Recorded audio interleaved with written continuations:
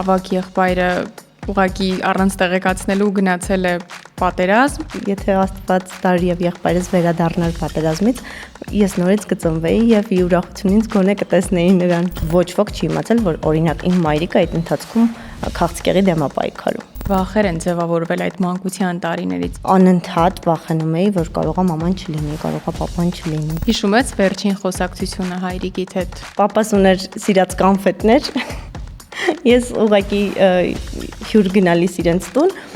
այդ կոնֆետներից էի տարել, ասեց. «Վայ, Հասիկ, դու ես առել, ինչ լավ է օպրես»։ Դա իր գիտակից ասված վերջին բառերն են, որովհետև դրանից հետո բավականին երկար ժամանակ գիտակցության չէր գալիս հայրս։ Ի սկզբանե եղել է այդ սահմանափակում ամուսնու կողմից մասնագիտությամբ զբաղվելու հարցում։ Երբ մենք նոր էինք ընկերություն անում, վստահության մակարդակը այնքան չէր, որքան հիմա։ Այսինքն դեռ դպրոցական տարիներից նա ուներ հետաքրքրություն դեպի քեզ։ Դեպք է եղել, երբ ինչ-որ նվեր է ուղարկել մեր տուն, դպրոցական տարիքում ես չեմ ընդունել, բայց եղբայրս վերցրել է։ Ինչ փոփոխություններ ես դու արել։ Ես ինձ վրա ունեմ քթի վիրահատություն, որը արել եմ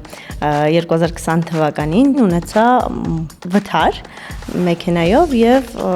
դրանից հետո արդեն անխուսափելի էր շնչառական իմաստով։ Ողջույն, Breakpoint-ի այսօրվա մեր հյուրը դերասանուհի Հասմիկ Խոջյանն է։ Հասմիկ, ինչպե՞ս ես։ Ողջույն, շնորհակալություն հրավերի համար, հրաշալի դուք։ Լավ, մերսի։ Հասմիկ, քեզ համար բեկումնային դարձավ Էլենի օրագիրը նախագիծը, որից հետո բոլորը ճանաչեցին, սիրեցին եւ այդ նախագիծը երկար տարիներ քննարկում էին այն մարդիկ, ովքեր որ դիտում էին։ Քեզ համար ինչ նշանակություն ունեցավ։ Իրականում ես շատ ուրախ եմ, որ իմ առաջին նախագիծը եղել է հենց Էլենի օրագիրը ու ունեցել է այդ հաջողությունը, որովհետև միշտ չի, որ դերասանին հաջողվում է այդպես հաջողված նախագծում առաջին անգամ ներկայանալ։ Դա բախտի բան է մի փոքր, ինչպիսին կլինի նախագիծը հետագայում, բայց իսկապես շատ ուրախ եմ, որ կարողացան սերիալային մակարդակը նախ շանթը այդքան բարձրացնի։ Երկրորդ այդպիսի սցենարային լավ պրոդուկտ ունենան, Անի Մաղաքյանն էր սցենարի հեղինակը, ու ես մինչև հիմա գիտեմ մարդկանց, ովքեր նայում են Էլենի օրագիրը, արդեն 9 տարի անցել է Էլենի օրագիրի առաջինից, բայց մարդիկ այո, մինչև հիմա նայում են դա, ու կարծում եմ թեման չհնացող է եւ դերասանների համար բավականին շահեկան էր հենց առաջին անգամ այդտեղ հանդես գալը։ Քո կերպարը շատ կենտրոնական դերում չէր գտնվում ի սկզբանե, բայց դարձավ սիրելի ու մարդիկ էլի ճանաչեցին նաեւ հենց այդ կերպարով քեզ։ Սովորաբար այդպես էլ լինում է, սերիալը դրանով մի քիչ ավելի բաց է, որովհետև կարող է դերասանը իր հնարավորություններով ռեժիսորին, պրոդյուսերին, սցենարիստին մի քիչ ուղղորդի, ու եթե օրինակ դերը չպետք է լիներ կենտրոնական դերերից մեկը, հետագայում արդեն իր ճանապարհը ունենա։ Այսինքն սերիալը դրանով համ բաց է դերասանի համար, դերասանը կարող է իր ամենօրյա աշխատանքը գնալ տանը նայել, վերադառնալ եւ տեսնել, հասկանալ ինչը կարելի է պահել կերպարում եւ ինչը կարելի է հանել, այլևս չանել։ Այսինքն սերիալը դերասանին հնարավորություն է տալիս ամենօրյա աշխատանքի ինքն իր վրա, եթե իհարկե դերասանը դրա ցանկությունը ունի։ Իսկ եթե չունի, կարող է պարզապես չնայել եւ վերաբերվել որպես ուղղակի գումար աշխատելու միջոց։ Դու շարունակում ես ոլորտում լինել, տարբեր նախագծերում ես նկարահանվել, նաև հիմա ինչպես նշեցիր, որպես հաղորդավար ես հանդես գալիս եւ շատ ակտիվ էջ ես վարում։ Ի սկզբանե ուղղակի հետաքրքրության համար դու սկսեցիր բլոգ վարել, թե նաև կար ցանկություն պահելու եւ շատացնելու լսարանը եւ հայտնիությունը։ Ի սկզբանե միտված ոչինչ չեմ արել, ուղղակի արել եմ այն ամենը, ինչը այդ պահին ուզել եմ անել։ Եվ ես մինչև հիմա իմ էջը վարում եմ այդպես, ես չունեմ հստակ ստրատեգիա, ինչպես պետք է անել, ճիշտ է այս ժամին տեղադրել post-ը, ճիշտ է օրվա մեջ 3 story անել, ես կարող եմ օրվա մեջ անել 100 story կամ չանել բացարձակ, բայց անում եմ դա օրգանիկ, այսինքն ինչպիսին իմ առօրյան է։ Ես ոչինչ միտված չեմ անում եւ կարծում եմ հենց այդ օրգանիկան էլ, անկեղծությունն էլ մարդկանց գրավում է դրա համար հետեւել են իմ էջին։ Իհարկե սկզբից հետեւել են որպես դերասանուհի, որովհետեւ հետևորդներից թիվը սկսեց աճել հենց Էլենի օրագրի ժամանակ եւ հասավ 100,000-ի հենց այդ ժամանակ։ Իհարկե հիմա կրկնապատկվել է թիվը, բայց ամեն դեպքում մարդիկ ինձ սիրել են ոչ թե որպես բլոգերի, այլ որպես դերասանուհու, ով նաև ակտիվ կերպով իր կյանքի որոշ հատվածներ, այսպես ասեմ, ցուցադրում է բլոգում, որովհետև սովորաբար կողքից թվում է, թե դու ամեն ինչ ցույց ես տալիս, բայց դա այդպես չէ։ Կան բաներ, որոնք մնում են կուլիսներում եւ դա շատ նորմալ է։ Բայց դու նաև հաճախ կիսվում ես քո կյանքի ամենատարբեր հարցերով, դժվարություններով եւ չես վախենում խոսել նաև այդ բարդությունների մասին։ Որովհետև հիմա մենք ապրում ենք մի իրականության մեջ, երբ դու մտնում ես Instagram, թերթում ես եւ հասկանում ես, որ վայ բոլորի կյանքը շատ լավ է, իդեալական է, բայց քոնը այդպեսին չի։ Բայց դա այդպես չի, մարդիկ ուղղակի ցույց են տալիս միայն իդեալականը։ Ոչ ոքի կյանքը իդեալական չի, ոչ ոք չի ապրում իդեալական իրականության մեջ, չկա այդպեսին։ Դրա համար ես կողմ չեմ սուտ եւ ոչ անկեղծ կողմին, ես ուղղակի ցույց եմ տալիս եւ լավը եւ վատը, բայց արդեն ֆիլտրված կերպով որոշակի, որովհետեւ ես տարիներ առաջ ունեցել եմ դժվարություն, որը ինձ համար այդ ընթացքում բավականին անհաղթահարելի էր թվում, եւ այդ մասին ոչ ոք չի իմացել։ Նույնիսկ ես այդ ընթացքում նկարահանվել եմ, գնացել եմ նկարահանման հետ եմ եկել, Instagram-ում բավականին ակտիվ եմ եղել, բայց ոչ ոք չի իմացել, որ օրինակ իմ մայրիկը այդ ընթացքում քաղցկեղի դեմ է պայքարում։ Հետո բայց կիսվեցիր, չէ՞։ Հետո կիսվեցի, երբ արդեն առաջին փուլը հաղթահարված էր, այսինքն անցել էինք քիմիոթերապիաներով, վիրահատությունը եղել էր եւ վիրահատությունը դրական ավարտ էր ունեցել։ Այդ օրը նոր կիսվեցի, որովհետեւ դրանից առաջ իմ մայրիկն էլ չգիտեր, որ իր մոտ չարորակ քաղցկեղ է։ Հասմիկ, իրոք դու շատ դժվար փուլերով ես անցել ու ինքդ էլ մեծացել ես ընտանիքում, ծնվել ես ընտանիքում, որտեղ որ սպասված ես եղել ու մի տեսակ դարձել ես փրկություն ընտանիքիդ համար։ Այդ պատասխանատվությունը մանկությունից գիտակցելը, այդ պատմությունը իմանալը, ինչպես է քեզ վրա անդրադարձել ու ինչպես է ձևավորել։ Գուցե ինչ-որ վախեր, գուցե կոմպլեքսներ, գուցե ավելի ուժեղ է դարձրել։ Ես իրականում իմ տեսակով բավականին ուժեղ եմ, բայց բոլորս էլ ունենում ենք փխրուն պահեր մեր կյանքում եւ այո, վախեր են ավելի շատ եղել, քան կոմպլեքսներ, որովհետեւ ընտանիքս ինձ բավականին բաց եւ ազատ է մեծացրել ու վստահելով։ Եվ քանի որ ես այդ վստահությունը ամեն օր զգացել եմ ինձ վրա, ես իմ հերթին յուրաքանչյուր քայլ անելիս մտածել եմ արժե դա անել, թե ոչ։ Այսինքն դա այն ազատությունը չի, որ գնա ինչ ուզում ես արա, դա դրա մասին չի խոսքը։ Դա այն ներքին ազատությունն է, որը յուրաքանչյուր մարդու պետք է, եւ ես հիմա փորձում եմ հիշել մամաս ու պապաս ինչպես են դա արել, որպեսզի ես էլ կարողանամ իմ բալիկին դա փոխանցել։ Ներքին ազատությունը մարդու համար շատ կարեւոր է, որ մարդու համար չլինեն երեխայի համար կոնկրետ չլինեն արգելված պտուղներ, որովհետև հենց դրանք են քաղցրը լինում սովորաբար, եւ սովորաբար ճանապարհից շեղվում են այն մարդիկ, ում համար այդ արգելքները շատ են եղել եւ ովքեր այդ ներքին ազատությունը չեն ունեցել։ Իրենք հատուկ են այնպես արել, որ դու երբևէ չզգաս քեզ ինչ-որ բանից անազատ եւ չմտածես, որ դու ինչ-որ բան ուզում ես անել, բայց չես կարող, որովհետեւ քեզ թույլ չեն տալիս։ Ես այդ հարցը չեմ տվել ծնողներից ցավոք, պապայիս էլ չեմ կարող արդեն տալ ցավոք սրտի, բայց մամայիս կհարցնեմ, չեմ մտածել այդ մասին, որ հարցնեմ դա, բայց ամեն դեպքում կարծում եմ այդ ամեն ինչի գլխավորը սերն է։ Երբ դու մեծանում ես սիրով պարուրված, սիրո մեջ, արդեն մնացածը ինքնին ստացվում է։ Դու հասկանում ես, որ դու սպասված ես, դու հասկանում ես, դու անընդհատ լսում ես, որ օրինակ իմ պապան միշտ երազել աղջիկ ունենալ, բայց չի ունեցել ու վերջում շատ տարիներ անց ծնվել եմ ես, իմ մեծ եղբայրը ինձնից 20 տարի մեծ է։ Ու այդ տարբերությունը բավականին ակնհայտ է, այսինքն ծնողներս բավականին հասուն տարիքում են ինձ ունեցել ու երբ նշեցիր այդ փրկություն բառը, շատ ցավալի է, բայց հիմա էլ շատ ընտանիքներ 20 թվականի պատերազմից հետո ցավոք սրտի եւ մյուս կողմից էլ մեդալի հակառակ կողմում էլ բարեբախտաբար իրենց համար ունեցան այդ փրկությունը նոր բալիկներ ունենալով իրենց ընտանիքներով։ Երբ ձեր ընտանիքում այդ դժբախտությունը տեղի ունեցավ եւ դեռ դու չէիր ծնվել, սակայն հետո միշտ լսել ես այդ պատմության մասին, որ քո ավագ եղբայրը ուղղակի առանց տեղեկացնելու գնացել է պատերազմ իր ընկերոջ մոտ եւ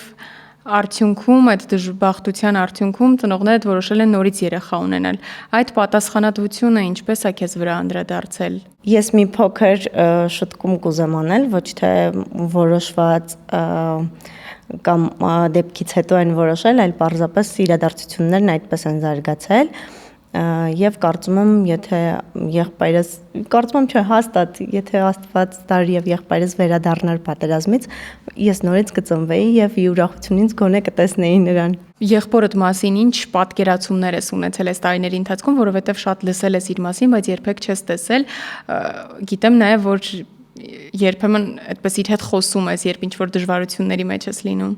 Շատ հաճախ եմ խոսում ու երբեք չեմ պատկերացրել, որ ես նրան չեմ տեսել։ Ինձ միշտ թվում է, ես նրան տեսել եմ։ Մեր ենթագիտակցությունը այդպես է աշխատում, երբ ինչ-որ մեկի կամ ինչ-որ մի բանի մասին հաճախ մեզ մոտ խոսում են, մենք արդեն դա այնպես ենք ընկալում, իբրև հենց մենք ենք դա տեսել։ Դա մարդու ենթագիտակցությունն է ու նորմալ է, որ այդպես է աշխատում։ Եվ իսկապես մեր ընտանիքում միշտ նա եղել է, կա եւ հուսով եմ, որ կլինի նաև իմ եւ եղբորս, մյուս եղբորս զավակների համար։ Ասացիր, որ ինչ-որ վախեր են ձևավորվել այդ մանկության տարիներից, ինչ վախեր են դրանք եղել։ Կորցնելու վախն է դա։ Ծնողներիս կորցնելու վախը։ Ես փոքր տարիքից շատ լավ հիշում եմ, որ անընդհատ վախենում էի, որ կարողա մաման չլինի, կարողա պապան չլինի, անընդհատ այդ վախը եղել է։ Այս պահը կհասկանան այն մարդիկ, ովքեր ունեցել են նմանատիպ կորուստներ տանը, որ 18 տարեկանում այն ծնողները, ովքեր կորցնում են իրենց զավակին, նրանց մոտ հետո գալիս է շատ հիվանդություններ, առողջությունն է խաթարվում, հոգեբանական կողմն է խաթարվում եւ ինչքան էլ մարդիկ փորձում են ապրել ներկայով, փորձել կյանքին համահունչ քայլել, թեկուս նոր ծնված բալիկին ամեն ինչ տալով, իրենց սերն ու նվիրումը տալով եւ նրանով ապրելով փորձել ապրել, միևնույն է կան բաներ, որոնք անխուսափելի են եւ այդ հետքը այսպես թե այնպես մարդու վրա մնում է ու իմ մաման ու պապան էլ բացառություն չեն եղել եւ այդ կորուստից հետո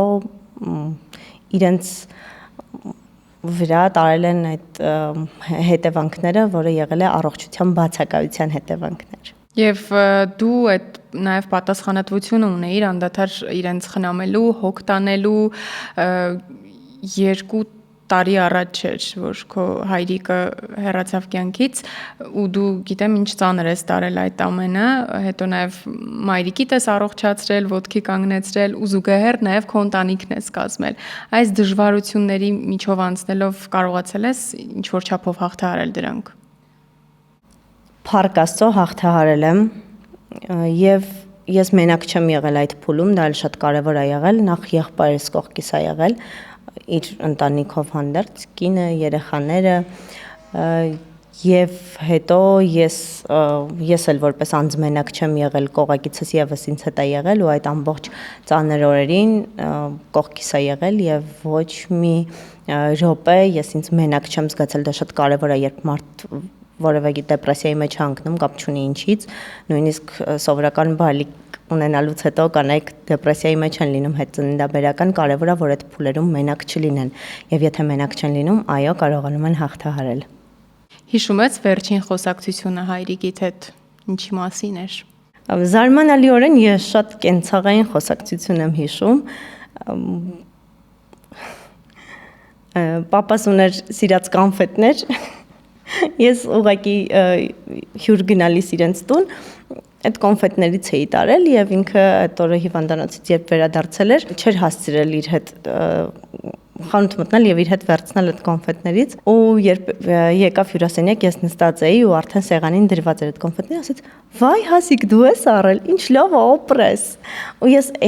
չեք պատկերացնում, եղածը մի բան չի, չէ, ոչ մի բան է, բայց հետո երբ պատկերացնում ես, որ դա իր գիտակից ասված վերջին բառերն են, որովհետև դրանից հետո բավականին երկար ժամանակ գիտակցության չէր գալիս հայրս, դրանից մի քանի օր անց։ Բայց ամեն դեպքում դա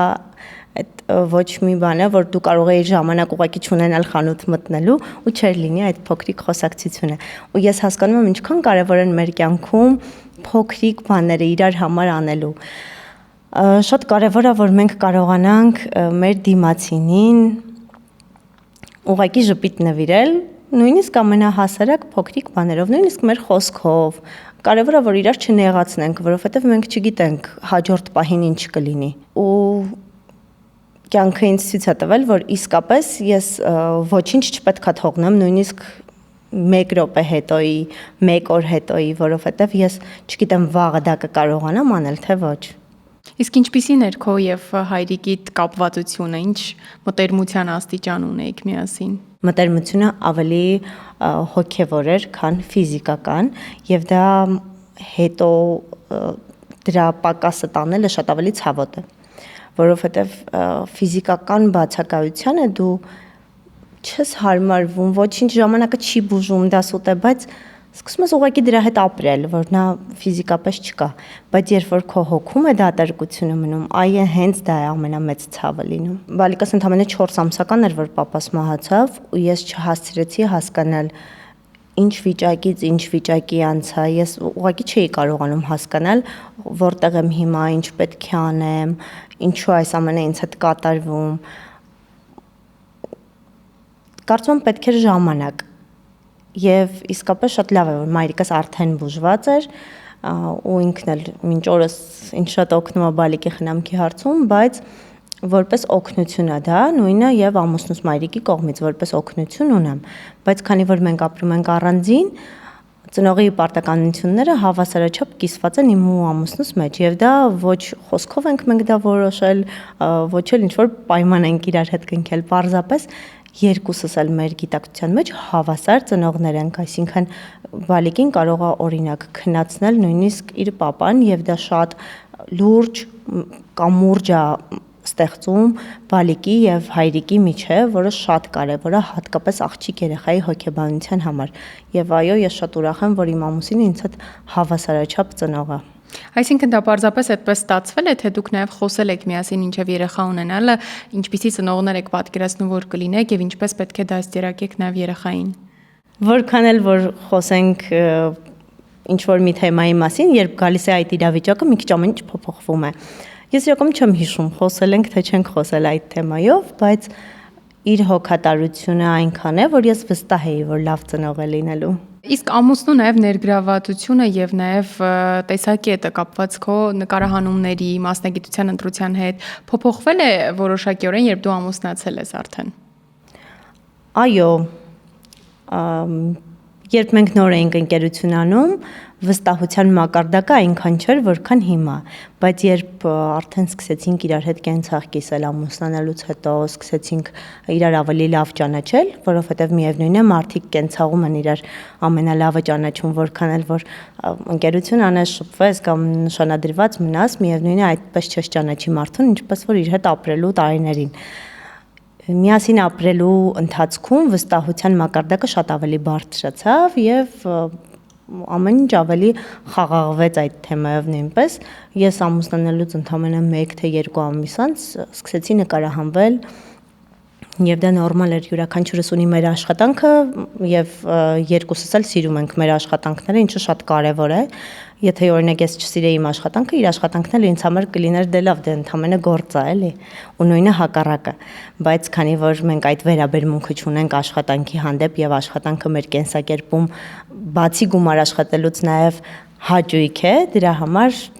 այո, մենք ընդունում ենք երկուսս էլ։ Իսկ սկզբանե եղել է այդ սահմանափակում ամուսնու կողմից մասնագիտությամբ զբաղվելու հարցում։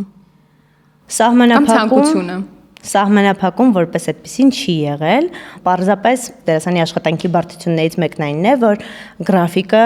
նորմալ չէ, այն առումով, որ դու հստակ գրաֆիկ չունես։ Եթե օրինակ հաղորդավարի աշխատանքում կոնկրետ իմ պարագայում դա հստակ է, ես ուղիղ եթերների եմ եւ ուղիղ եթերի ժամանակը հստակ է։ Ես գիտեմ, որ առավոտյան 10-ից մինչեւ 12-ը իմ ուղիղ եթերն է եւ վերջ, բայց երբ դու նկարահանվում ես սերիալում, ֆիլմերում եւ այլն, արդեն գրաֆիկ չկա, քեզ երբ կանչեն, դու պետք է գնաս։ Դա մոտավորապես բժշկի գործի նման գործ է։ Ես գիտեմ նաև, որ դու եւ ամուսինդ համադասարանցիներ եք եղել, չէ՞։ Չէ, նույն դպրոցում եք սովորել։ Այո։ Կարելի ասել համադասարանցիներ։ Հետո ինչպես ստացվեց, որ դուք նաև ձեր այդ շփումը, եթե եղել է ընկերական, վերածվեց նաև սիրո եւ արդեն ընտանիքի։ Ընկերական շփում էլ չի եղել, ես միշտ խուսափել եմ ու նույնիսկ դեպք է եղել, երբ ինչ որ նվեր է ուղարկել մեր տուն, դպրոցական տարիքում ես չեմ ընդունել, բայց եղբայրս վերցրել է։ Ես իր հետ կռիվ էի անում, թե ինչու ես վերցրել այդ նվերը, բայց զարմանալի բան ասեմ, որ ես այդ նվերի միջից մի շղթակար վզնոց, որը ես պահել եմ, իսկ ես սովորաբար այն ամենը ինչը չեմ կիրառում, չեմ օգտագործում կամ անցանկալի մարդու կողմից է լինում, ես դրանք կամ բաժանում եմ կամ դեն եմ նետում։ Բայց դա պահել էի, չգիտեմ ինչու։ Հետո դպրոցական տարիներից հետո շատ ամեն մեկս մեր ճանապարհով են գնացել, շատ տարիներ են անցել, հետո նորից հանդիպեցինք եւ այդպես։ Այսինքն դեռ դպրոցական տարիներից նա ուներ հետաքրքրություն դեպի քեզ։ Այո։ Բայց ես խելոք չէի մնում։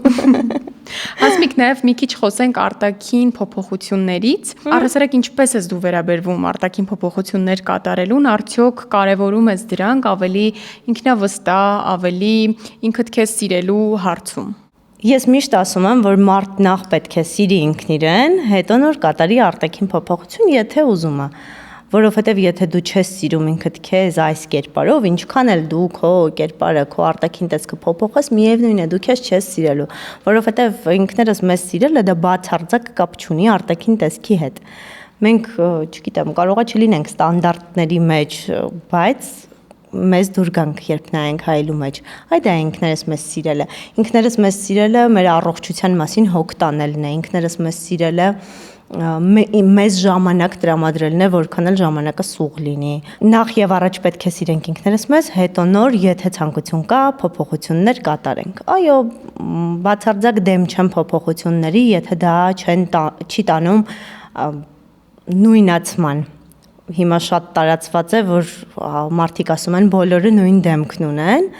այ եթե անհատականությունը ընդգծված լինի նույնիսկ փոփոխությունից հետո, դա հրաշալի կլինի։ Այո, կարող են անել, եթե այդպես ավելի ինքնավստահ կլինեն, ինչու ոչ։ Ինչ փոփոխություններ ես դու արել։ Ես ինձ վրա ունեմ քթի վիրահատություն, որը արել եմ 2020 թվականին, չնայած դրանից առաջ ես արդեն նկարահանվել եմ եւ մարդիկ ինձ սիրում էին նաեւ իմ նախկին քթով եւ ես նույնպես ինձ արդեն սիրում էի այդ քթով, որովհետեւ կար տարիք, երբ ես այո անհաշտ էի այդ քթի հետ, հատկապես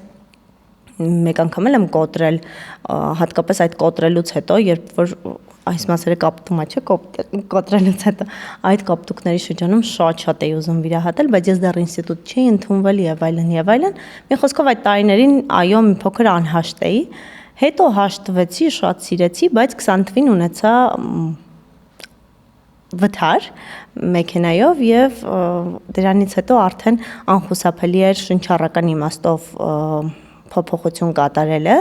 ու քանի որ մեկ անգամ պետք էր նարկոս տանել շնչառական իմաստով փոփոխություն անելու համար արդեն միանգամից արեցի նաև ընդհանուր այսպես ասած։ Իսկ առհասարակ ինչպես ես փորձում որոշակի կոմպլեքսներ, որոնք որ բոլոր մարդիկ ունեն,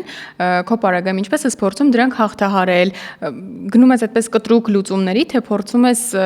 չտեսնելու տալ կամ մտածել դե լավ ինձ է թվում, կամ իսկապես շարունակում ես անհաշտ լինել դրանց հետ երկար ժամանակ։ Արտաքին տեսքի հետ կապված կոմպլեքսներին փորձում եմ ուշադրություն չդարձնել, որովհետև մենք մեր ներսում շատ ավելի լուրջ խնդիրներ ունենք, քան արտաքին տեսքի ինչ որ չգիտեմ, ունքի մի քիչ բարձր կամ մի քիչ ցածր լինելու հետ կապված կոմպլեքսները, սրանք չպետք է մեզ համար կոմպլեքսներ լինեն։ Ես անընդհատ փորձում եմ ինքս ինձ բերել դեպի իմ ներս, ոչ թե իմ արտաքին տեսք, որովհետև իրականում ես ինձ հայլու մեջ սկսում եմ դուր գալ այն ժամանակ, երբ ես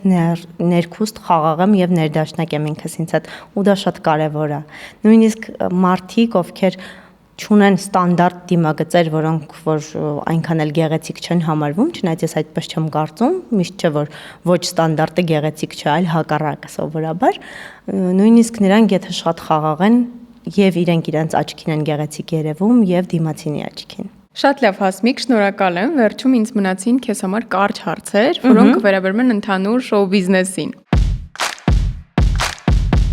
Ով է շոու բիզնեսում ամենաէլեգանտը։ Նազենի Հովանեսյան։ Ով է ամենաճաշակովը։ Սիրուշո։ Ով է ամենագեղեցիկ աչքեր ունեցողը։ Ո։ Մարինկան Խաչատրյան, Մաշոկս։ Ով է ամենալավ հումորային դերասանը։ Հումորային դերասան։